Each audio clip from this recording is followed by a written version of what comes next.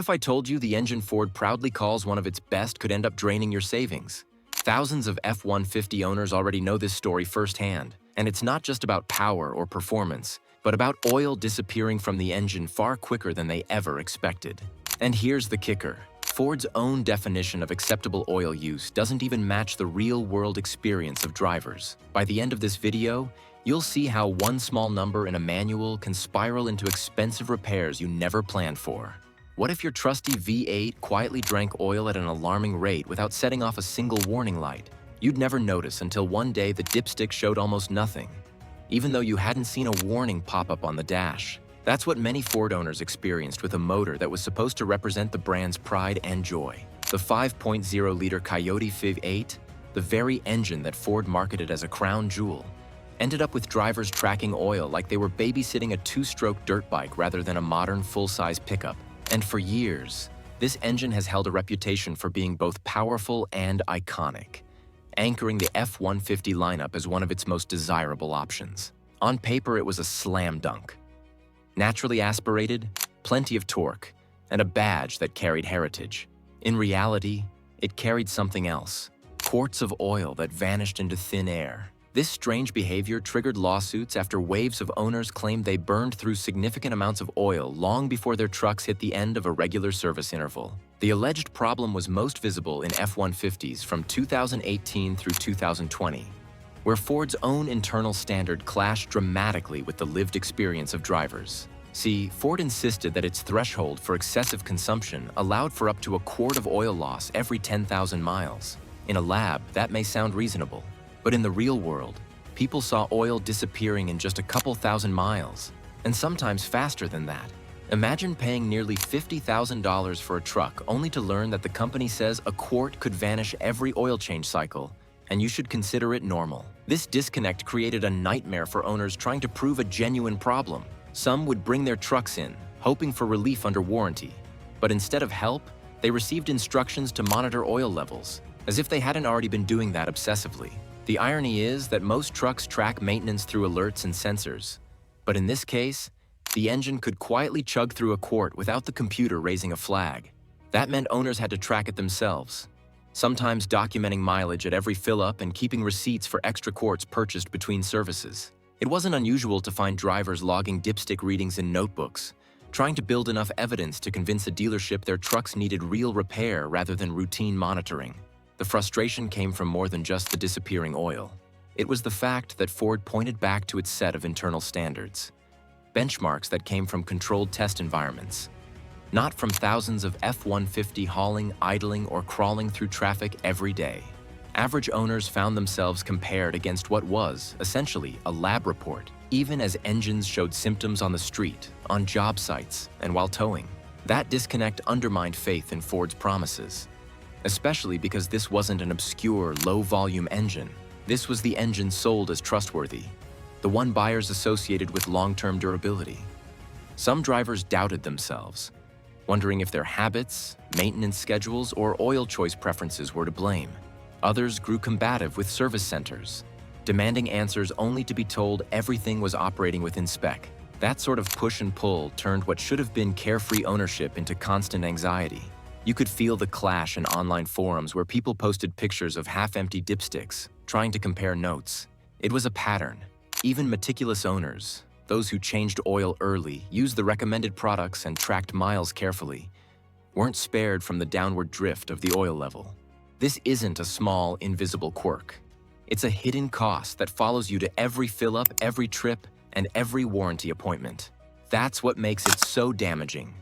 The Coyote was meant to stand as one of Ford's strongest draws, yet its behavior pulled money right from owners' pockets.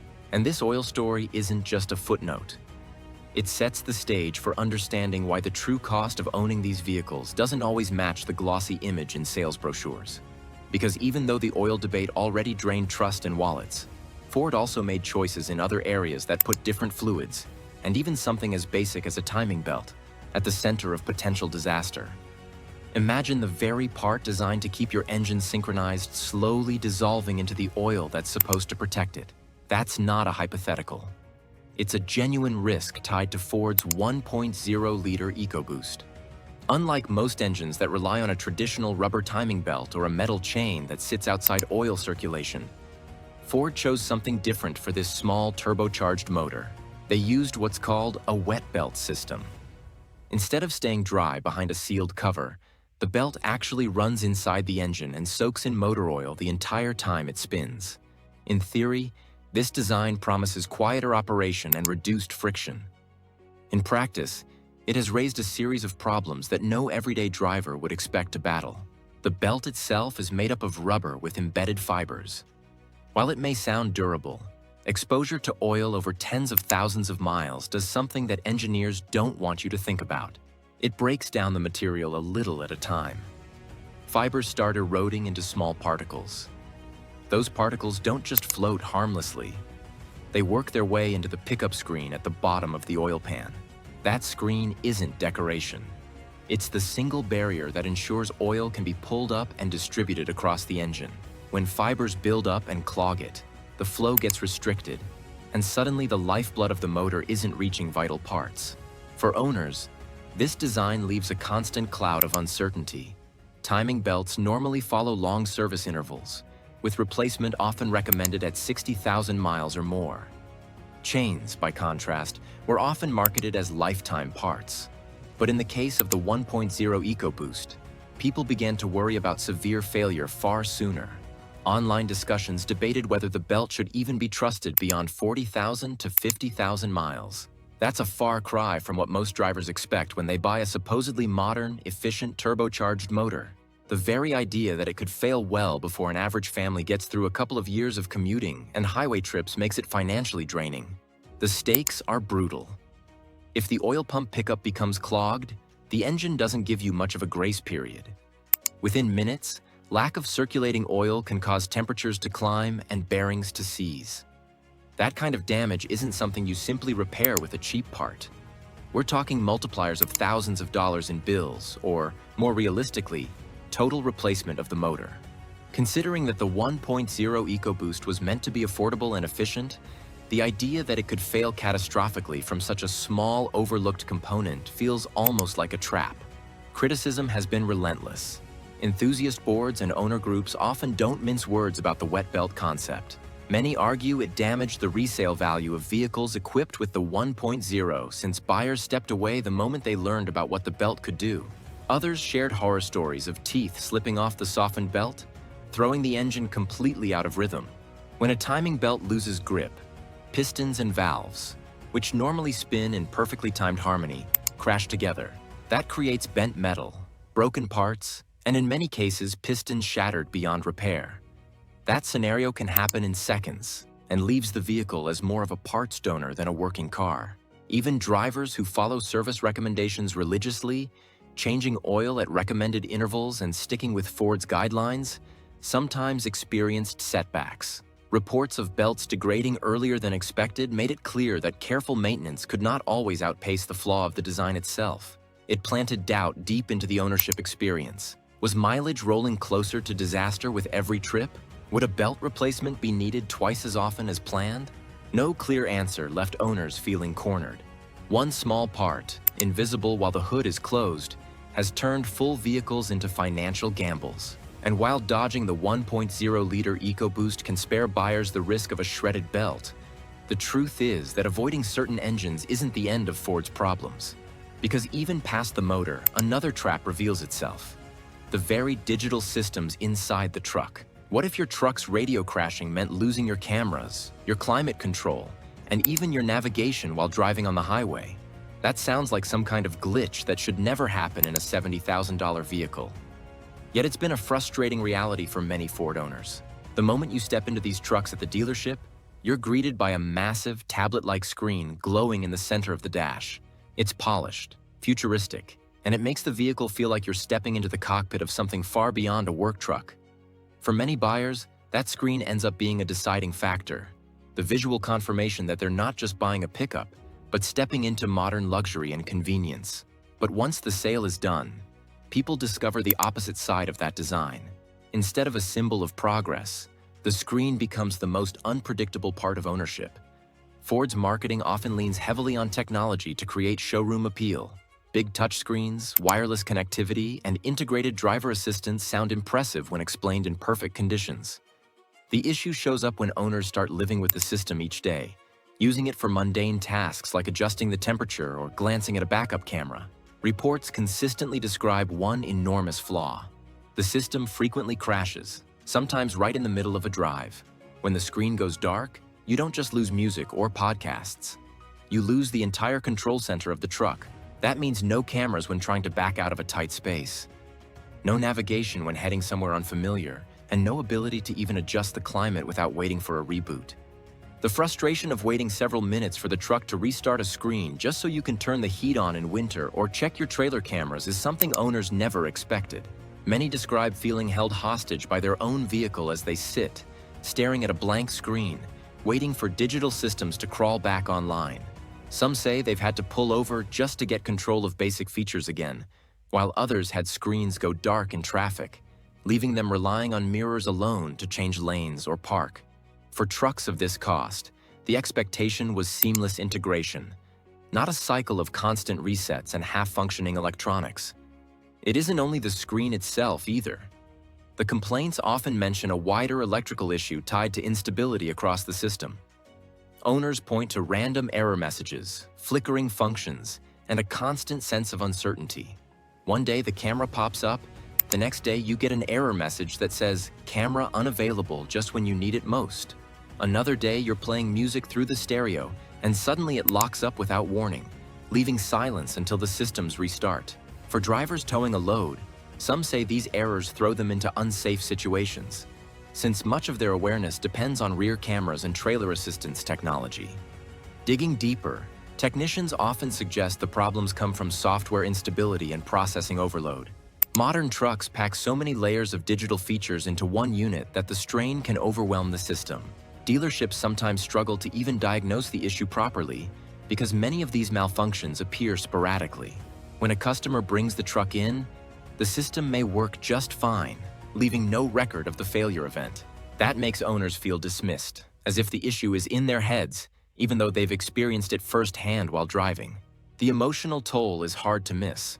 Owners expect minor quirks in older used cars, not constant electronic breakdowns in new models costing as much as small houses. Instead of pride in owning a cutting-edge truck, they feel disappointment and anxiety, wondering when the next crash will strike or how long it will take to regain even simple functions.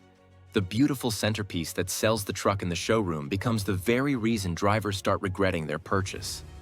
And the misery doesn't stop with electronics, because even when the screen behaves, another problem often looms just below: the transmission that leaves drivers second-guessing every shift. What if your brand new truck shifted gears like it couldn't decide whether it was broken or just confused? That's the reality some Ford owners face when they climb behind the wheel of their F-150. Instead of smooth changes that go unnoticed, the transmission sometimes acts like it's rolling dice under the floorboard. Drivers report behaviors that make them second-guess every press of the accelerator. One moment the transmission feels fine, and the next, it hesitates, lurches, or jerks forward with no warning. For a vehicle that is supposed to inspire confidence on the road, this kind of uncertainty is hard to ignore. Over the years, owner accounts of intermittent shifting problems have stacked up. Gear hunting, where the truck cycles in and out of gears without locking onto the right one, creates a strange sensation while cruising. Rough shifts under light throttle can feel like being nudged from behind by another car. Hesitation is common enough that many drivers no longer trust the truck to respond instantly when merging into traffic. On paper, a modern 10-speed automatic should maximize efficiency and performance, but in practice, many people describe it as unpredictable, especially during normal driving conditions. The most unnerving part is that every outing feels like a gamble. Some trips feel perfectly normal, while others leave owners wondering if something is fatally wrong with the gearbox. Even technicians often admit it's difficult to diagnose. Unlike a part that simply fails and triggers a warning, these issues show up sporadically. Owners leave the truck at dealerships for testing, only to be told the problem can't be replicated. That lack of consistency makes the situation worse. Imagine paying for a truck marketed as state-of-the-art only to hear, "Everything checks out fine," when you know firsthand that the transmission regularly skips or slams through gears out on the road. For drivers spending this much money, The line between design characteristic and mechanical defect feels blurry. Picture pressing on the gas pedal as you leave a stoplight. Instead of moving forward as expected, the truck pauses, holding you awkwardly in place with cars stacking up behind. Then, without warning, it might surge ahead aggressively, forcing you to adjust quickly just to keep it under control. That swing between hesitation and sudden acceleration rattles owners who count on the F-150 for both family driving and strenuous towing. In city traffic, the constant jerking makes every short trip a reminder that something isn't right. On highways, the problem can leave drivers questioning if the truck has the stability they need when hauling at speed. Mechanics confirm what many drivers suspect. The transmission's problems aren't always mechanical. The complexity lies in the layers of software that control shifting logic. Inside the system, electronic commands interact with hydraulic pressure and mechanical engagement. If the coding behind those decisions falters, there isn't always a physical part to replace. That turns repair attempts into a series of updates, reprogramming, or adaptation resets, rather than clear solutions. In many cases, owners pick up their trucks only to find the issues returning within weeks. Service departments themselves often grow frustrated, because what seems like a software patch doesn't always fix the real-world erratic behavior. Ford's trucks can feel powerful and exciting from behind the wheel, but ownership often tells another story. Engines that consume oil faster than expected, screens that reboot mid-drive, and transmissions that can't decide how to shift all add up. What looks like a dependable investment in the showroom can turn into repair bills and wasted time. That's why it's important to look past horsepower numbers and flashy features. Real-world reliability and long-term costs matter more than brochures or marketing. Sometimes the real danger isn't under the hood. It's the systems, parts, and choices built all around it. If this helped you identify problems with Ford, tap like and subscribe for proven DIY tips. Be first to catch, do this once a month, and your engine will last forever when it drops.